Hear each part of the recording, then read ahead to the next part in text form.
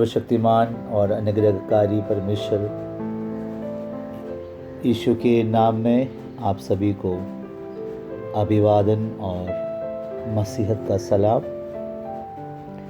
प्रियजनों, हम विश्वास के बारे में बहुत सुनते हैं, उसके कई पाठ हम पढ़ते हैं, लेकिन कई बार हम ये नहीं जानते हैं कि हम अपने विश्वास को कैसे नाप सकते हैं। हमारे विश्वास को हम शायद सांसारिक कोई स्केल के द्वारा या कोई और उपकरणों के द्वारा हम नाप नहीं सकते हैं, लेकिन वचन के द्वारा, वचन के माध्यम से हम अपने विश्वास को नाप सकते हैं। हमारे विश्वास को नापने का एक तरीका, कई तरीका है, उसमें से एक तरीका है हमारे विश्वास के कार्य को समझकर हम अपने विश्वास को नाप सकते हैं।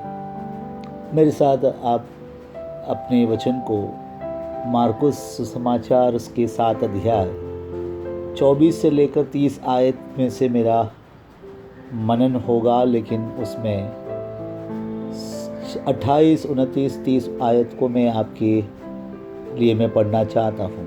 उसने उसको उत्तर दिया कि सच है प्रभु, तो भी कुत्तों भी तो मेज के नीचे बालकों की रोटी का चूर चार खा लेते हैं।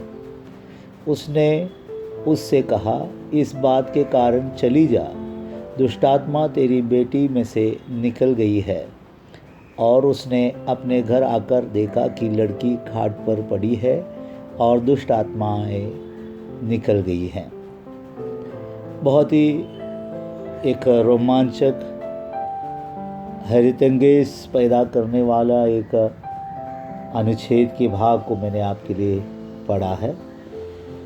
प्रभु यीशु मसीह और एक स्त्री के बीच में होने वाले वार्तालाप और उस वार्तालाप के प्रत्युत्तर में घटी हुई एक अद्भुत कार्य, इन विषयों पर मैं ज़्यादा उसकी पृष्ठभूमि में नहीं जाना चाहता हूँ, लेकिन सूरोफिनिकीन वाली ये स्त्री एक अन्य जाति की स्त्री थी। वो यीशु के पास पहुंचती है और उसकी ज़रूरतों को प्रभु के सामने बोलती है, और उसके बीच में आपस में विचार विमर्श होती है, और उसके परिणाम स्वरूप हमने जो पढ़ा हुआ उस परिणाम को, निष्कर्ष को हम देखते हैं। लगभग यीशु मसीह फिलिस्तीन देश से 45 मील या सफ़र कर कफरनहूम से काफ़ी दूर इस देश में प्रभु यीशु मसीह आ पहुँचा, और उसका मकसद ये था कि थोड़ा विश्राम करें, कोई उसे ना जाने। लेकिन यहाँ पर प्रभु यीशु मसीह के विचार से बिल्कुल हटकर एक घटना होती है। सबसे पहली बात, इस स्त्री के जीवन से हमको देखने मिलता है कि विश्वास में कामना करने की शक्ति है। ये स्त्री कहीं ना कहीं प्रभु यीशु मसीह के बारे में सुनी है, अन्य जाति के होने के बावजूद भी उसके अंदर एक बड़ी इच्छा थी, कामना थी कि मुझे इस दैविक व्यक्ति से मिलना है। और वही कामना के साथ वो शायद काफ़ी दिनों तक अपने दिलों में समेट कर रखी है, और मेरे ख्याल से हमेशा इसी ताक में बनी रहती थी कि शायद आज या कल वो मेरे देश में, हमारे क्षेत्र में आएंगे। शायद वो असंभव ही क्यों ना लगे, कारण वो एक अन्य जाति का क्षेत्र है। यीशु मसीह एक यहूदी है, यहूदी को अन्य जातियों के क्षेत्रों में से गुजरना रहना असंभव है या उनको उसके लिए वर्जित है, लेकिन वो अपनी दिल में कहीं ना कहीं एक कामना के साथ रहती है कि वो प्रभु यीशु मसीह मेरे लिए, मेरी ज़रूरतों के लिए मेरे क्षेत्र में आएगा। तो प्रियजनों, हमारे और आपके अंदर का विश्वास में कामना करने की, इच्छा रखने का एक बड़ा क्षमता देती है। हो सकता है वो आपको व्यवहारिक ना लगे, लेकिन उसके बावजूद भी वो कामना आपके अंदर होगा। हो सकता है आपके तर्क और वितर्क करने के दिमाग में या उसको समझने में मुश्किल होगा, लेकिन उस नासमझी में भी आप समझ के साथ ये कामना करते हैं कि ये होगा, ऐसा मेरे साथ होगा। तो विश्वास अगर मेरे अंदर है तो कामना करने की क्षमता है। और इसी कारण जैसे ही उसे खबर लगता है कि प्रभु यीशु मसीह वहाँ पर है, वहाँ पर वो पहुँच जाती है। तो विश्वास में हमारे अंदर उत्प्रेरणा देती है। अगर हमारा विश्वास कमज़ोर नहीं है तो वो हमें उत्प्रेरणा देती है। देखिए, वो ये स्त्री तमाम परिस्थितियों को अनदेखा करते हुए प्रभु यीशु मसीह का उपस्थिति उसके क्षेत्र में, उसके गांव में है, ये जानते ही ये तमाम परिस्थितियों को भूलकर वो प्रभु को ढूंढ निकालती है। वो उसको प्रेरणा करता है और वही शक्ति है जो उसको कामना के रूप में और उसको उत्प्रेरणा के रूप में कार्य करता है। वही शक्ति था जो प्रभु यीशु मसीह को उस देश में, क्षेत्र में खींच कर ले आए। कारण प्रभु यीशु मसीह अपना मकसद अपने चेलों को साफ कर बताया कि वो अन्य जातियों के लिए, जिनके पास इलाज कराने के लिए वैद्य नहीं, उनके लिए वो आया है।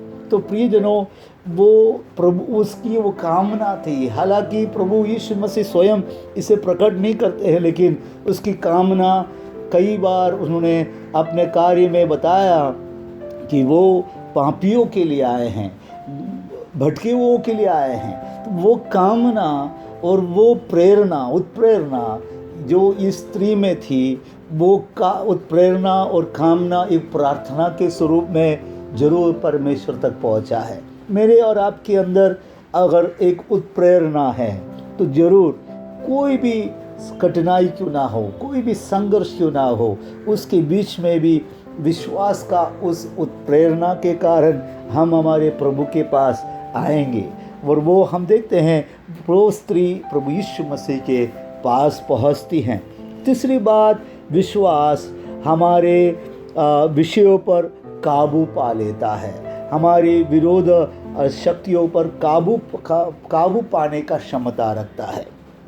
अभिभूत करने में या परास्त करने में वो सक्षम है। ये स्त्री के सामने 5 विशेष चुनौतियां हैं, उसमें से 4 चुनौतियां बिल्कुल साफ है और एक चुनौती जो था बिल्कुल असाधारण था, वो कभी सोच नहीं सकती थी, लेकिन वो भी एक चुनौती था। ये चुनौतियों का 4 स्वरूप मैं आपको बताना चाहता हूँ। एक है सामाजिक, सबसे पहली बात वो एक अन्य जाति की है। दूसरी बात वो एक स्त्री है, तो ये उसकी सामाजिक दृष्टिकोण से उसका एक चुनौती है।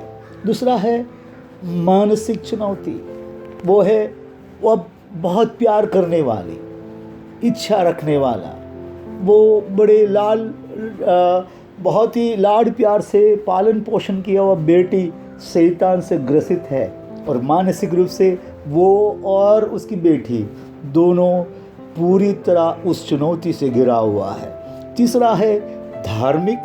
पहली बात धार्मिक ये है कि सबसे पहली बात वो एक स्त्री और दूसरी बात वो एक अन्य जाति की हैं। ये यहूदियों के लिए एक धार्मिक निबंधन है या उसमें परहेज है कि इनसे नहीं मिलना है। ये चुनौती उसके सामने खड़ी है। और चौथी बात व्यवहारिक है। प्रभु यीशु मसीह स्वयं किसी से मिलना नहीं चाहता है, जो हम बिल्कुल सोच नहीं सकते हैं क्या प्रभु ऐसा करते हैं। लेकिन ये मैं साफ करके बताता हूँ कि प्रभु ऐसा नहीं है, बल्कि एक परीक्षा के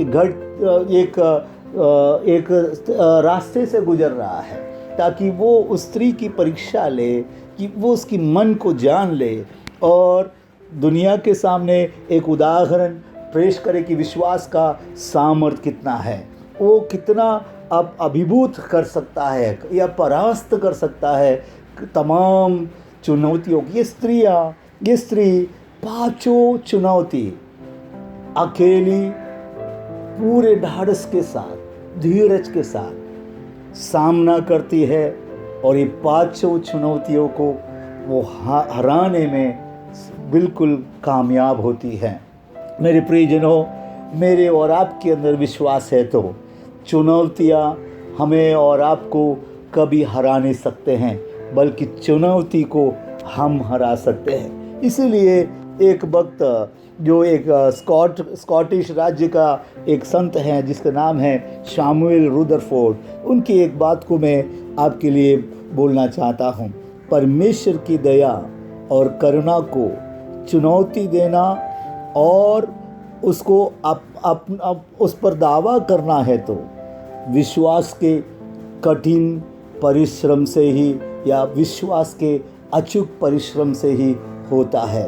यही बात हमें स्त्री में देखती हैं। वो किसी भी चीज़ों में हार नहीं मानती है, अपने विश्वास के अचूक परिश्रम वो हर शब्दों में डालता है। परिणाम स्वरूप जो इच्छा के साथ वो आई, वो उसके जीवन में देखने और अनुभव करने में परमेश्वर ने उसे सहायता किया। मेरे और आपके जीवन में आज जो भी चुनौतियाँ हैं, उस चुनौती को हराना है और हराते हुए हम अपने विश्वास को हम नाप सकते हैं। नाप कर हम समझ सकते हैं कि हमारे विश्वास कभी वो कामना करता है, वो हमें उत्प्रेरणा देता है। और इतना ही नहीं, ये उत्प्रेरणा और कामनाएं हमें अगले पड़ाव में ले जाते हैं, जिसके द्वारा हम कई चुनौतियों को हरा सकते हैं। आए हम अंदरों में अपने विश्वास को भली भांति जानते हुए, हराते हुए आगे बढ़े। परमेश्वर मुझे और आपको आशीष और अनुग्रह से भरे। आमीन।